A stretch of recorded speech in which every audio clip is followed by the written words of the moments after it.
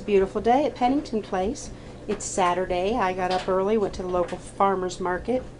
I have brought home with me 2 bundles of beets with the leaves because we process those and eat them too. If you like greens, spinach, kale, things like that, you're going to love these leaves. I strongly suggest you try them. And also, if you think about it, look at the beets I have. I'm going to have even more food because I have the leaves that go with it, and they're very edible, they're very good, they're mild. And then I have 20 pounds of sweet potatoes I'm going to get processed. Our gardens didn't produce as much as we wanted to get us through the winter, so I've compensated by utilizing my local farmers market. You can get your organic food there, grown pretty much the way you would grow it at home. So that's what I've done today. I'm going to can some sweet potatoes today. I'm going to process my beets and the greens, and then I have a couple kohlrabi that I bought. I'll show you those in a little bit. It's going to be part of our supper tonight with some roasted rabbit. Okay, so I boiled my beets. I got them peeled. I sliced mine, and I made my brine. My brine is 1 cup of water, 1 cup of apple cider vinegar, 1 cup of sugar, and then 4 tablespoons of cornstarch. I think Harvard beets should be sweet and sour, and I like the thickness with the cornstarch. It gives it like a jelly to it. Now it looks kind of strange right now because I did my brine, and it turns out your brine is pretty clear. It's like a white opaque liquid jelly, so to speak. Then of course my beets, so once I process these, they will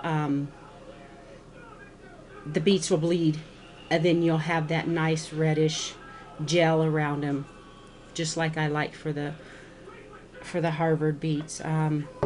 So let's see, that batch I've got my canner warming up now. 1, 2, 3, 4. This will be 6, so 5 pints, and then a jelly jar, the leftovers. So I'm going to get those processed at 10 pounds for about half an hour. We're making noodles today. I've gotten my eggs in here. I have turkey eggs, and then I added whole turkey eggs, and then I added some just chicken egg yolks.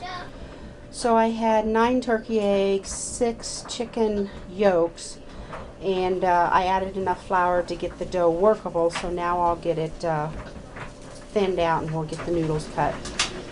Okay, so I'm working the dough. This is what it looked like out of the bowl. And it's just 2 simple ingredients, guys, or 3 if you add salt.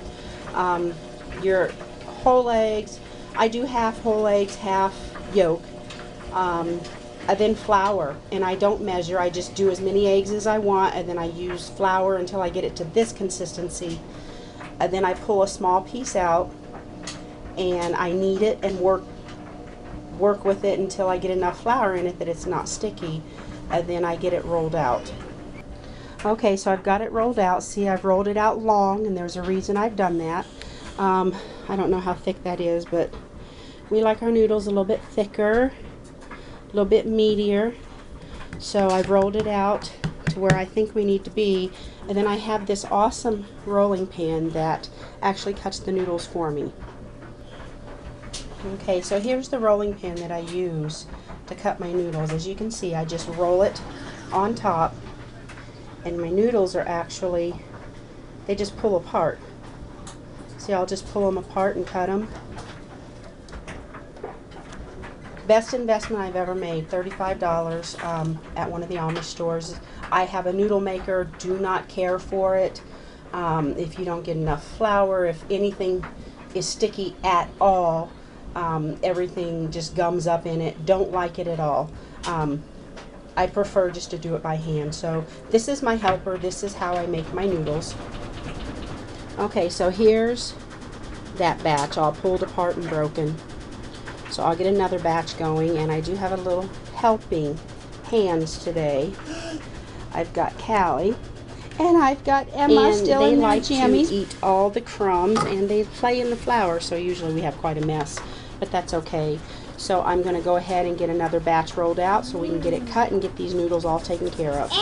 So I'm going to try really hard to do this one-handed so that I can show you. This is the last set of batch of dough from my bowl. So I've got it floured on top. I've already flipped it. It's floured on bottom. So I usually take this and I start in the middle. And I start in the middle just because if you start at the ends, the end pieces want to stay up in these grooves and you got to pull them all back and hold them while you go. So I start in the middle. I press down, apply pressure, and then you just roll. The beauty of this is that you can make different thicknesses with it. Okay, so I've got that done. So I'll come up here, get it in my grooves, and I'll just go the other direction. You can make different thickness noodles with these because, as you can see, these holes are kind of deep, so you can do any thickness. Okay, so just like that. And then watch this. Watch how that just comes apart. It's hard to do with one hand, but it just pulls apart just like that. This is, like I said, the best investment I have ever made. It's better than a noodle maker, little machine. I had the hand machine that you cranked. Everyone told me they were just so great. I had to get one. Didn't like it at all. It was actually more work than just doing it by hand, so I went back to using my pizza cutter. And all my noodles were not uniform. They were not the same size, and that was the first thing Michael said when I used this rolling pin, this noodle pin, for the first time is, wow, I don't think I'm used to your noodles being all uniform like this. Of course he was kidding, but they're beautiful. Look at that. They're beautiful. So I'm going to get these pulled apart and broken and on the pan with the other ones, and then I'll show you how many noodles you're going to get from 9 whole duck eggs and 6 chicken yolks. Okay, so the one batch with the 9 eggs and the 6 yolks, this is what I got. This is a lot of noodles, guys. Some of this is going to be for supper tonight. I don't dry them all out. I will cook fresh noodles. Just take them, put them in the pan. I've already got my broth going. So, oh, I got one that's still stuck together there. I missed that. Whoops. But this will make probably for a family of 5. You're talking 3 or 4 meals. So, you know, I can sit these out and let them dry and then bag them and put them in the freezer, or I can put them in the dehydrator and dehydrate them, and then I can seal them in a bag and do, you know, just a storage in the cabinet. I wouldn't have to freeze it. But what's the matter, Callie? So that's a lot of noodles, guys. I'm going to get these taken care of in the dehydrator, then get the ones boiling that I need for supper tonight. So I'll give you a picture of the end results. I've got my chicken. Actually, it's chicken duck broth. Last time I cooked duck, and last time I cooked rabbit, and last time I cooked chicken, I saved all my broths and I just mixed them because you're not going to get any heavy flavors. And then I added some vegetable broth too to get that celery carrot kind of taste to it, so it's nice and homey. Anyway, I'm going to get these going and I'll show you the end product. Okay, so just a quick tip. I had my broth nice and hot, kind of boiling, and I put my noodles in. When you do your noodles, and when you do them fresh like I did, you dry them out first. Sorry, making a lot of noise.